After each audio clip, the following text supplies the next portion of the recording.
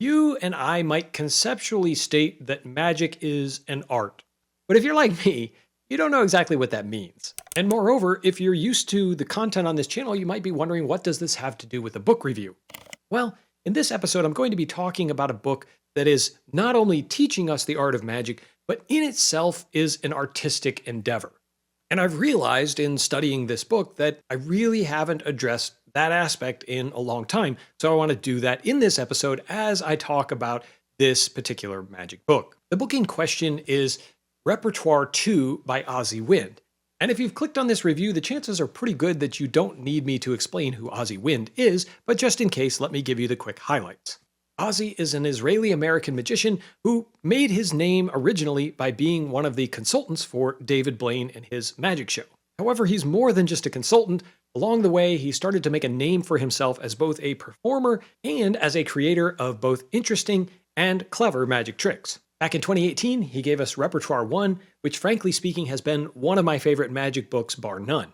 And finally, after 6 patient years of waiting, he's back with this new book. As we often do with new books, I'm going to give you some of the physical dimensions first, and then we'll get into the content and what I think about it. The book is remarkably similar to its predecessor. There are a few differences. Both clock in right around 150 pages. I'll have more to say on that in a second. They are a beautiful black leather bound with a pasted insert of a watercolor image from the book that Asi himself painted. There's a really nice silver embossing on both the front and the spine of the book that just gives it a really attractive pop against that black leather binding. Each book has a beautiful red bookmark and is printed in several different colors. What I mean by that is, for the most part, the text is black. Some of the highlights up at the top of the chapters are in a nice red. And of course, all of the paintings that Asi did to illustrate the magic are in full color throughout the book, making it one of the most gorgeous hardcovers you're going to see from 2024. So what about the contents? There are 8 different tricks, 2 forcing techniques, and then 2 larger sections devoted to both the XY deck and the card to box project. All of this is real-world material actually culled from Asi Wind's personal repertoire. You've probably seen him on some clips on YouTube or TV where he performs some of the effects that he's now teaching in here. And this is the approach that he's basically always taken. Most of the time, he begins by performing it, working it into his own repertoire, figuring out the beats, and then historically, he has gone directly to video as a download to teach some of these, and this book isn't really much of an exception. He did video downloads of both the XY deck and the card to box project, which are still available on his website if you're so inclined. In both Repertoire 1 and 2, Asi Wind writes along with John Lovick, who is a talented magic book author and editor. In all of the tricks that Asi teaches here, he starts with a little bit of a background or information about why this particular trick was interesting or exciting to him, a little bit of history about the genesis of the idea. If there's preparation and setup, then Asi guides you through that so that you'll know what you need to make. And then, of course, he spells out the effect, complete with his patter, beats, psychology, and even sometimes additional ideas for how you might make this work. Now, almost all of these ideas are tried and true, and he's giving you things that he's learned through his performances, although in a few instances, he also provides some thinking that he hasn't taken quite as far, but wanted you to have it so that you might proceed with the trick in your own way or find a way to use it in a slightly different context than the way he's giving it. One of the key differences between the first book and this second one is that there are no footnotes. The first volume had quite a number of footnotes, something anecdotal or interesting, or sometimes even amusing or humorous. In this newer book, those are gone. One of the other key differences between the 2 books is that the text is larger in this second book than it was in the first. So while both are approximately 150 pages, I think there's slightly less material, at least on a word count basis, in the second book than there was in the first book. I don't mean that as a negative comment. I'm merely pointing out that the text is slightly larger and the page count is the same. Therefore, there is slightly less information, although to me, there is plenty to like in this book. One of the other key differences between the 2 books is that the second volume uses a white paper, while the first book used an off-white. Personally, I preferred the off-white. It gave it more of an artistic feel, but that in no way impacts the subject matter of the book. This episode is being brought to you by Don's Magic and Books. If you're like me, you love to shop with Don because he is a great one-stop shop for whatever kind of magic book that you're looking for.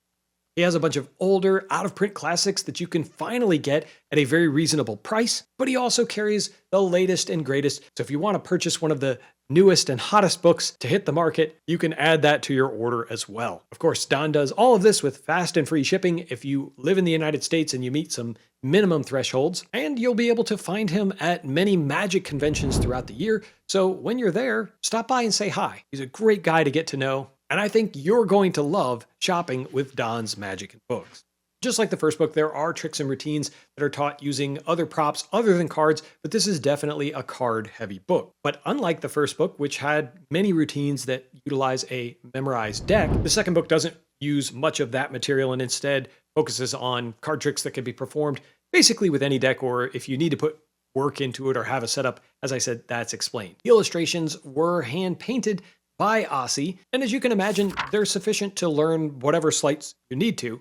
One of the tricks at the end actually has no write-up whatsoever and is taught using only the watercolor illustrations. Just as a point of opinion, not necessarily fact, I find that the style of presentation of the artwork in the second book is less artistic to me than it was in the first one. It's a very loose style of painting. Looser painting is typically used to convey more emotion and action, but when you're looking at a static shot of cards, I'm not sure that it has the same effect, and I simply prefer the paintings in the first one. Now, that's not to say that these are bad paintings.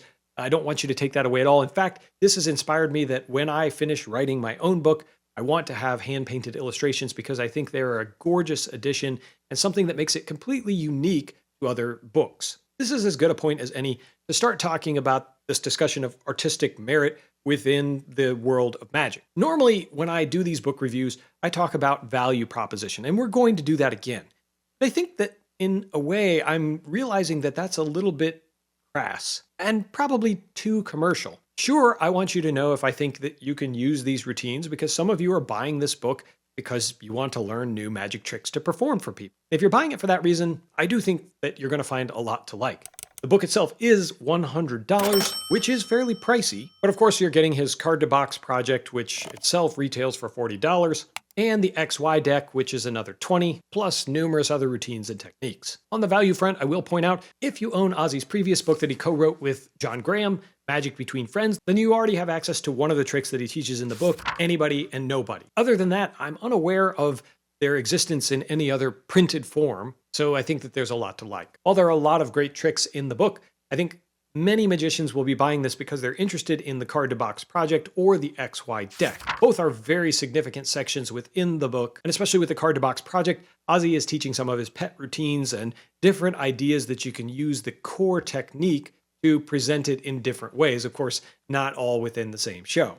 The XY deck is a utility device, and you'll find a lot of uses for it if you end up going through the work of building your own deck and mastering the technique. I did purchase the book with my own money with a pre-order back at the beginning of the year, and I'm very happy with the book and how it turned out. So if you're thinking about it, even for $100 plus shipping, I think it could be worth it depending on what you're trying to learn and if you're interested in Asi's work. But all of that said and out of the way, I think it's interesting to discuss magic as an art and our support of artists. When you look at a book like Repertoire I or II, these aren't just books teaching magic tricks. We all have plenty of those. But I think that this book attempts to go beyond that and to not only be a piece of art itself, but to remind us that magic is an art. In each of these tricks, Asi has attempted to insert some of himself into both the trick and into the way that he presents it in the book. If you've watched him perform, then you know he has a very elegant style, and that shines through in these books. And I think that touches on one of the more valid reasons to buy a magic book or a magic product at all, that is to support a magic artist. Every time we go see a magician or buy one of their products or give them a shout out on social media, in a way we're acting like the patrons of old, the people during the Renaissance who paid for all of these fantastic paintings and pieces of art that we now know as classics. I think it's the same for magic. We support a magic artist by buying their book, like Asi Wind's. We can show our support for people who are trying to make strides in their artistic endeavors. And if you like that style and what they're trying to convey, you also have the opportunity to learn that style from that artist. And I think that's something worth bearing in mind. At the end of the day, I am very pleased with my purchase And I think that this is a book that I'm going to study over and over again, especially the card to box project. It's a clever principle with a lot of applications. I think it's going to be fun to try to experiment with this, see how well it plays for me and my audiences. As a consequence of this discussion, when I zoom out and look at the overall picture of this book, I think I need to start giving you a few guidelines in different categories. When I look at the practicality of this material, I'd suggest that it's a 10 out of 10. Everything in here, it appears Asi has used at one point or another, so there's no question that this will play for an audience, whether you're performing for TV, for a parlor style setting like the Magic Castle, or if you're doing tricks for some friends at a pub or a magic convention. As far as the difficulty goes, this is very intermediate style magic. I don't recommend it as a beginner's book, but if you're in that solidly intermediate category, even up to advanced, then you'll have no problem figuring this material out, practicing it, and getting it ready to insert into your own shows. As far as the artistic side of this, I'm going to give this a 9.5 out of 10. I'm taking away a half a point for personal preferences. I didn't like the white paper as much as the off-white of the first one, the lack of footnotes, and then the way the paintings were just didn't strike me as artistic as the first book. But it is still light years ahead of most of the magic books that you're going to see and read this year. Finally, in terms of value, I think I'm going to give this a 7.5 out of 10. And here's why. $100 is pretty expensive for a magic book. When you start knocking on the door of $100, there are a lot of books you can buy with a ton of magic in them, might be slightly less artistic. But that means that you're paying a fairly heavy premium for the artistic merits of the book. Certainly fine with me, but you'll have to make that decision on your own. Overall, I'm giving this a 9 out of 10. I think you're going to like it a lot if you like Asi Wind's material, or you just appreciate beautiful magic books. Of course, if you already have the book, you have an opinion about it, I want to hear from you down in the comments below. As always, my friend, I appreciate you watching, and until next time, keep reading.